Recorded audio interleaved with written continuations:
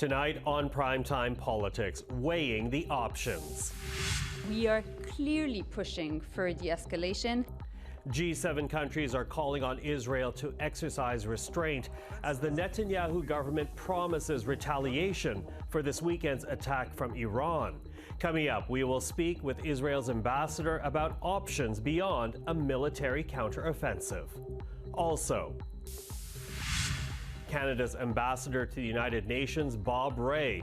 With Iran's backing of groups like Hamas and Hezbollah, is it time to treat the country as a rogue state?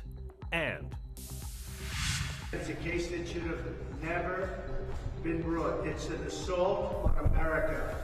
The first criminal trial of a former U.S. president gets underway in New York. This is Primetime Politics. Hello, everyone. I'm Michael Serapio. Israel says it will respond to Iran's attack in a manner and at a time of its choosing, refusing to rule out a military response while Western allies, including Canada, call for restraint. Over the weekend, Iran launched more than 300 missiles and drones toward Israel. The vast majority were shot down, some by Israeli aerial defense, others by the U.S., the UK, France, and neighboring Jordan. As for Canada, the Foreign Affairs Minister says the Trudeau government is working on more sanctions against key members of Iran's Islamic Revolutionary Guard and currently is urging Israel to find victory in the number of missiles that were stopped from hitting their targets. We think that it is important that Israel be able to protect itself. It has done so over the weekend, and we are clearly pushing for de-escalation, and we need to make sure that the conflict doesn't extend to the region. So that is why I've been clear to my counterpart in Israel, please take the win and make sure that we can work together to bring back peace in the region. Well, joining us now is Israel's ambassador to Canada, Iddo Moed. Ambassador, thank you for coming to the studio again. Thank you for having me. So you just heard the foreign minister. She says the fact that the vast majority of missiles intended for Israel were stopped, she says that should be taken as a win, and this moment should be about de-escalating the situation. What's your response to that? We've been trying to de-escalate this for a long time. Israel didn't choose to start this war, but we know that Iran will stop at nothing before they annihilate the state of Israel. They mean what they say, they act upon their words, and we have to understand that. When Iran hits us with hundreds of missiles, be it ground missiles or ballistic missiles, or be it UAVs, Israel will have to respond. In our neighborhood, there is a language that is sometimes, unfortunately, the language of force. And with Iran, that is developing nuclear capabilities, one has to be extremely careful in making sure that they understand that they will not attack Israel. We will not tolerate that. Yet, in this moment, you are hearing Israel's traditional allies, Canada, the U.S., the UK, France, Italy, all are asking for restraint. Is Israel willing to restrain in this moment, or the opposite of that, willing to ignore what the allies are calling for? We're extremely grateful for the international coalition that stands by Israel. As Prime Minister Trudeau also said, and also the head of the opposition, by the way, said very clearly they stand with Israel's right to defend itself. But let it be very clear to everyone, we are the ones under attack. We are the ones that need to incur this barrage of rockets and ballistic missiles and whatever. This is a moment when the world has to understand that Iran does not understand diplomacy, does not understand any nuance. Iran is a very dangerous country that has developed a broad range of proxies with a very clear aim: annihilation of the state of Israel. We will not tolerate that. This has to be clear.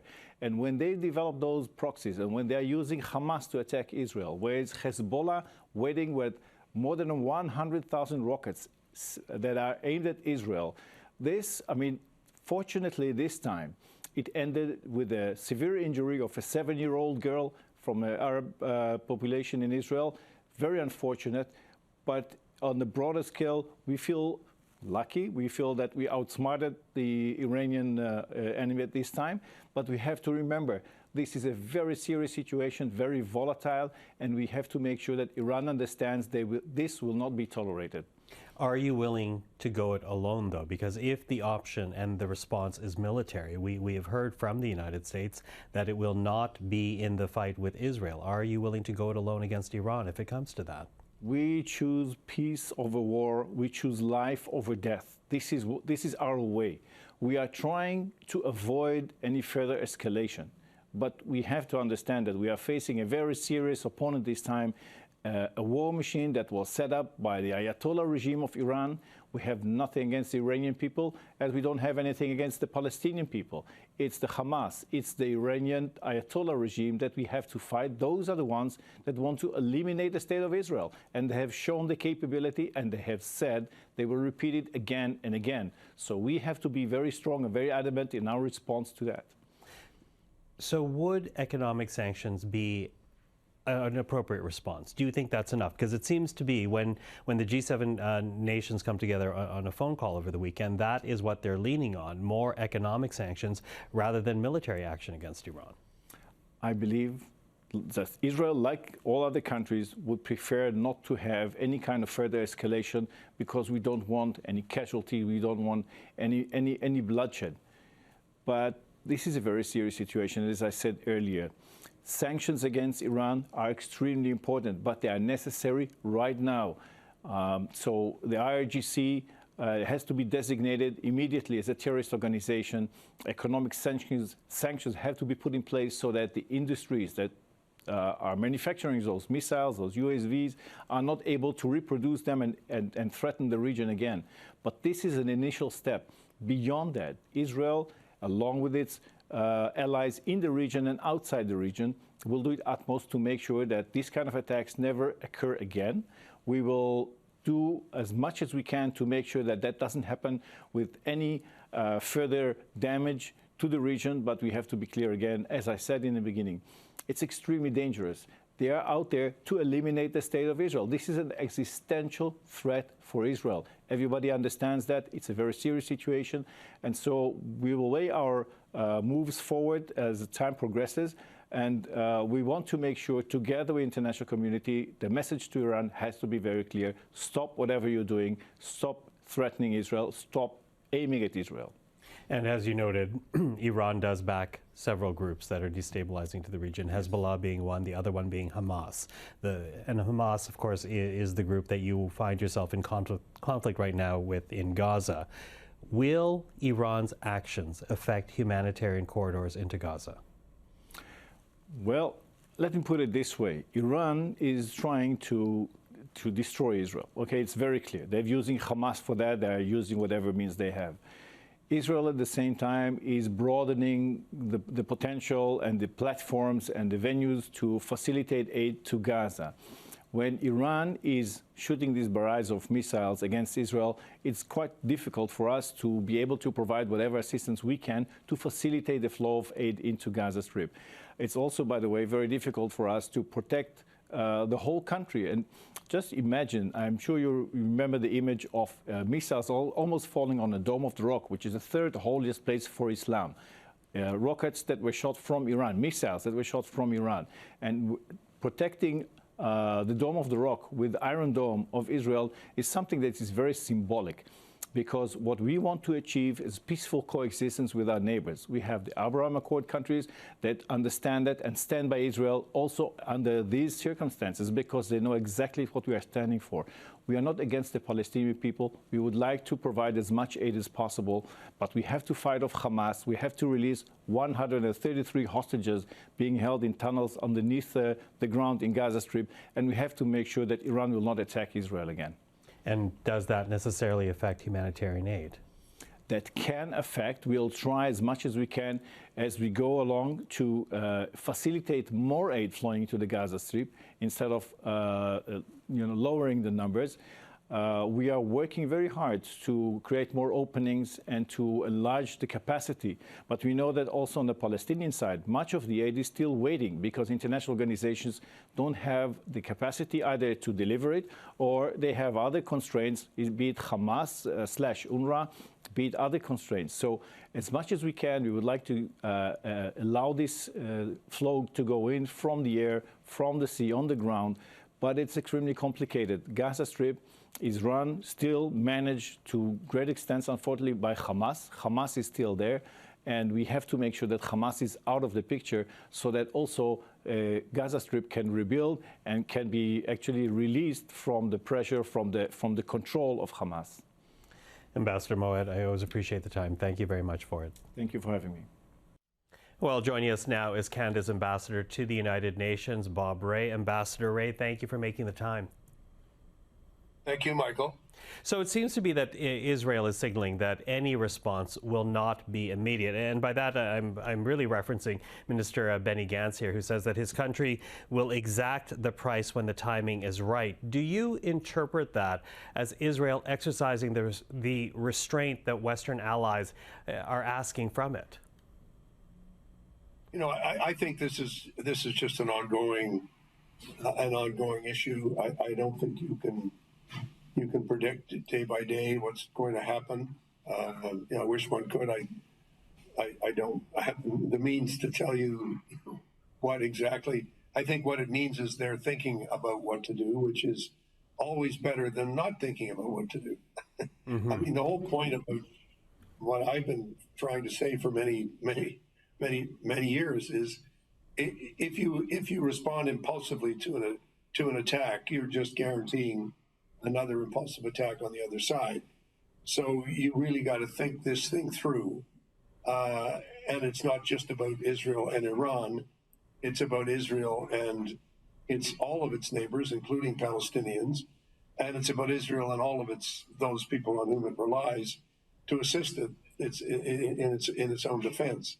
So I think there's room for conversations, which is better to have breathing space than not to have breathing space.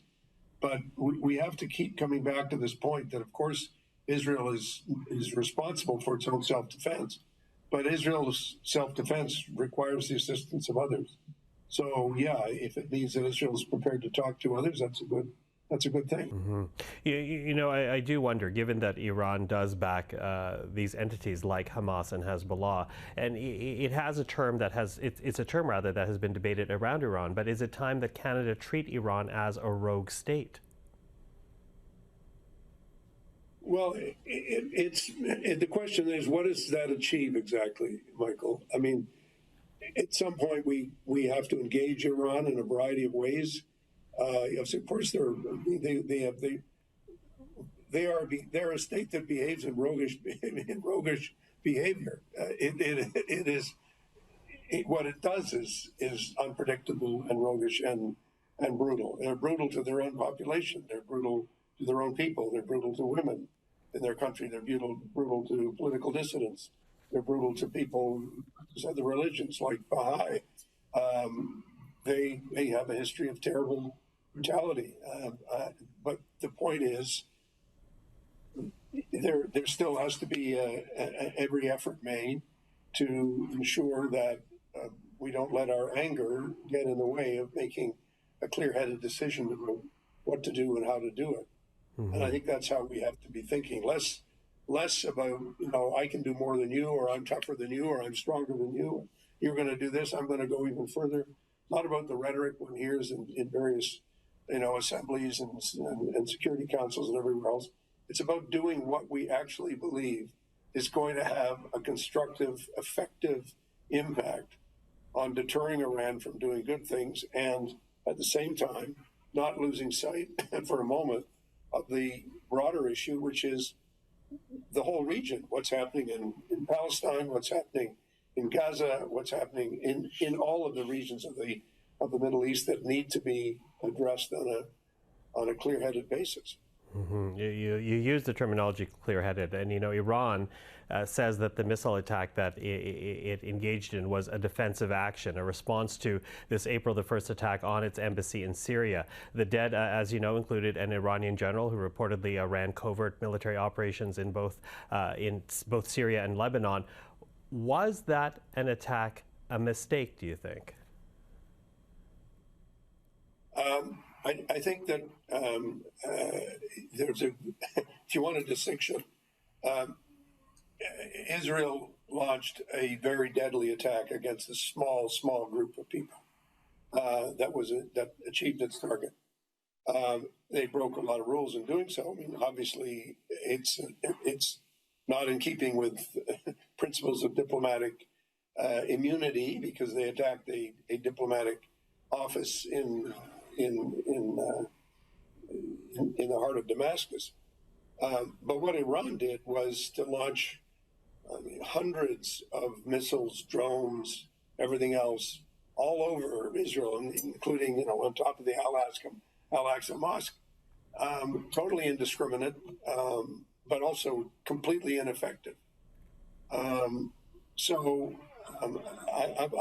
leave it to others to talk about what is the meaning of all this. But my own view is that Iran is still a very dangerous country. Its behavior is still represents a threat, certainly, to the peace of the region and, in my view, the peace of the world. But at the same time, we have to think about our own responses and what we've been encouraged to do by way of their own responses, which have got a chance of success in a sustainable way. It's one thing to do something that makes you feel better. It's another thing to do something that's actually going to be of consequence and is going to be successful.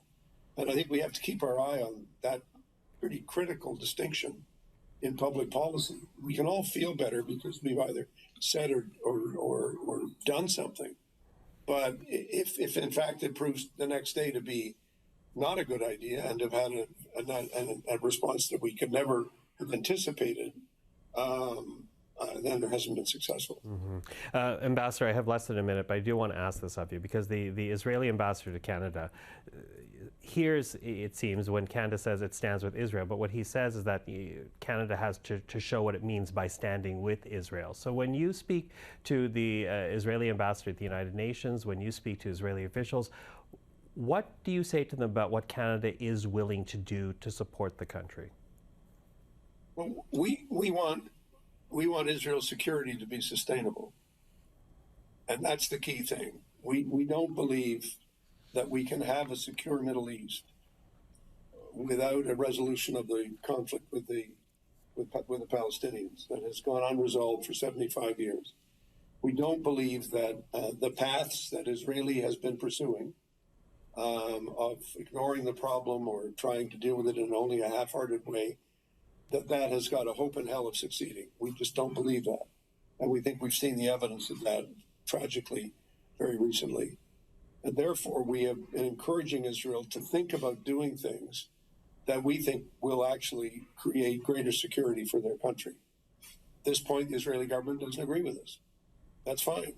But I do think there are a number of countries, as well as Canada, who feel very strongly in a two-state solution and who feel very strongly that a secure Israel is best protected by having a secure Palestinian state that is living alongside them in a state of peace and in a constructive way. People might say that's impossible, but I will tell you something else. It's impossible for the status quo to continue and to be successful. It has not led to Israeli security. Tell me how decisions that have been made in the last while have actually contributed to Israeli security. They haven't.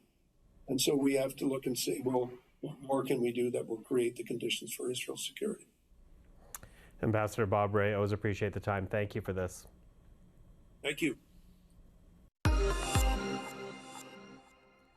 To New York City now, where the first of 4 criminal trials facing Donald Trump got underway today. The former U.S. president and presumptive Republican nominee facing 34 counts of falsifying business records.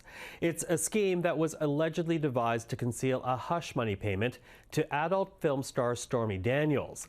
Ms. Daniels alleges she had an affair with Donald Trump, one that he denies, and the state alleges the money was used to keep damaging information away from the American public ahead of the 2016 election. This is political persecution. This is a persecution like never before. Nobody's ever seen anything like it. And again, it's a case that should have never been brought. It's an assault on America. And that's why I'm very proud to be here. This is an assault on our country. Well, with more, we're now joined by Jessica Roth, who is a former U.S. federal prosecutor for the Southern District of New York. Ms. Roth, thank you for making the time today. It's my pleasure to join you. Listen, I wanted to start here with some context. You know, given that this case is up against more serious criminal indictments that the former president faces, how important is this case on its own merits and what it might teach us about the other cases still to come? Well, I don't think anybody really expected that this would be the first case to go to trial among the 4 criminal cases that have been brought against the former president. But here we are. It was the first one that was filed. The district attorney who filed this case had expressed his willingness to postpone it, while the federal cases that involve much more serious charges surrounding the January 6th insurrection and efforts to overturn the election results went forward. But those are on hold, at least the federal one in the District of Columbia, while the U.S. Supreme Court decides whether the former president has immunity from criminal prosecution. And the case involving the 2020 election in Georgia is also essentially on hold in the sense that the court is busy deciding various motions and hasn't scheduled a trial date. And the case in Florida involving national defense information also doesn't have a firm trial date, and the court there is also consumed with motions. So here we are. This one is going forward. The charges are far less serious than those in the other cases, but they involve falsification of business records with the intent to conceal another crime. And the way that the district attorney is framing this case, that other crime is allegedly efforts to influence the 2016 presidential election through donations that were essentially made by Michael Cohen to President Trump's campaign in the form of payments to Stormy Daniels, who alleged she had had an affair with the former president. And the payments were to keep her quiet so that the public would not know about that information on the eve of the election. And right after the so-called Access Hollywood tape had been revealed, when the Trump campaign was in full damage control mode. So the basis for these state charges in New York is that Trump, working with others, falsified the records of the Trump organization to conceal that they were in fact reimbursing Michael Cohen for these payments to Stormy Daniels that the district attorney says amounted to unlawful campaign donations because they exceeded the amounts that an individual was permitted to donate to the campaign. So there we have it. It's actually in some ways fairly complex and in some ways fairly straightforward. Well, you know, to all of that, though, complex or straightforward, Donald Trump has described this trial and all others that he faces as Democrats weaponizing the justice system to impede his reelection. So how does the court proceed to ensure that is not the public impression? Do the courts even care? Well, this court is going to be very careful in selecting jurors. One of the things I think that's notable about the jury selection process that is now just underway is that the court is not going to be asking the potential jurors which political party they affiliate with, if they do, or for whom they cast a vote in the last 2 presidential elections, or even if they voted. So the court's going to be making an effort to not make this about politics, but rather to discern whether or not the jurors who are ultimately chosen can be fair and impartial in deciding this case and rendering a verdict based solely on the evidence that will be presented in court and the arguments that will be presented by counsel. So what's going to be happening in front of the jurors in this courtroom is going to be all about the evidence, all about the facts, with a real effort to keep the politics out of it. I think that's going to be a challenge for the court to maintain those limits. And for the prosecution, it is likely going to be the former president's effort and his lawyer's effort to bring the politics in. But it's been quite clear in pretrial filings and orders that the court is going to make every effort to keep the politics out. Well, almost guaranteed we'll be getting daily, hourly, if not up-to-the-minute commentary from the former U.S. president here. But, you know, if convicted in this case, Donald Trump, face 4 years in jail at most. You said state charges. Is this a crime that he can forgive himself if he becomes the U.S. president? No, he can't. I mean, that's part of the federal system in the United States, is that the U.S. president, although he could, in theory, order his attorney general to stop a federal prosecution. And although in theory he could try to pardon himself if he were convicted, or even frankly before he were convicted of federal charges, he does not have that power with respect to charges brought by state prosecutors. And so that is quite important to note as this case goes forward, that even if he were elected president, he would not be able to pardon himself from any conviction in these charges. Okay, you say even if he were to be elected U.S. president, does that mean then this trial could last beyond the next U.S. vote? I don't expect that this particular trial in New York that's just underway now will last beyond 2 months. I mean, the current estimate is about 6 weeks. It could be 2 months, but that would still be comfortably before the November election. It's not clear at all, however, that any of the other 3 pending criminal cases against the former president will get to trial before the November election. So this could be it. This could be it. But if he is convicted, would it disqualify him in any way from the presidential race? No. I mean, it's one of the fascinating features of U.S. law is that there's actually no legal disqualification from running or holding the presidency for somebody who's been convicted of a crime, even a felony.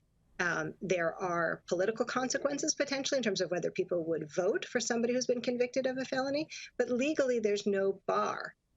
There would be very important issues that would have to be worked out if he were in fact convicted and sentenced to some form of incarceration, about whether that could go forward once he was elected to office, if he were, and sworn in. I think most people who have looked into this have come to the conclusion that it would not be possible for him to be incarcerated, especially under a state sentence, if he were president, because it would infringe on his performance of his constitutional duties. So essentially as a separation of powers issue and a supremacy clause issue, it would be impossible for courts to rule that he should be detained while president.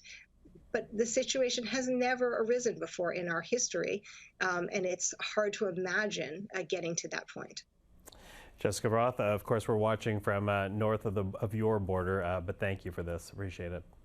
It's my pleasure. And of course, we'll continue to bring you coverage on the trial as it proceeds in New York. Meanwhile, back in this country, the federal finance minister chose a new pair of shoes today. And while some may think that does not merit any kind of coverage, it is a uniquely Canadian tradition of finance ministers choosing a new pair of shoes to wear for the tabling of a new budget. And often there is symbolism involved. For example, Paul Martin wore work boots. Jim Flaherty just had old shoes resold. And for Chrystia Freeland in 2024, well, she chose a pair of black leather heels made by the McGuire Shoe Company. That's a company out of Montreal that does a direct-to-home business and was started by 2 sisters. So you can watch for those shoes tomorrow as we bring you special coverage of the federal budget right here on CPAC. And that is our show for this Monday. For everyone here at CPAC, I'm Michael Serapio. Thank you for watching. Of course, we will be back tomorrow for the federal budget special, but up next, Omar Isa avec l'essentiel.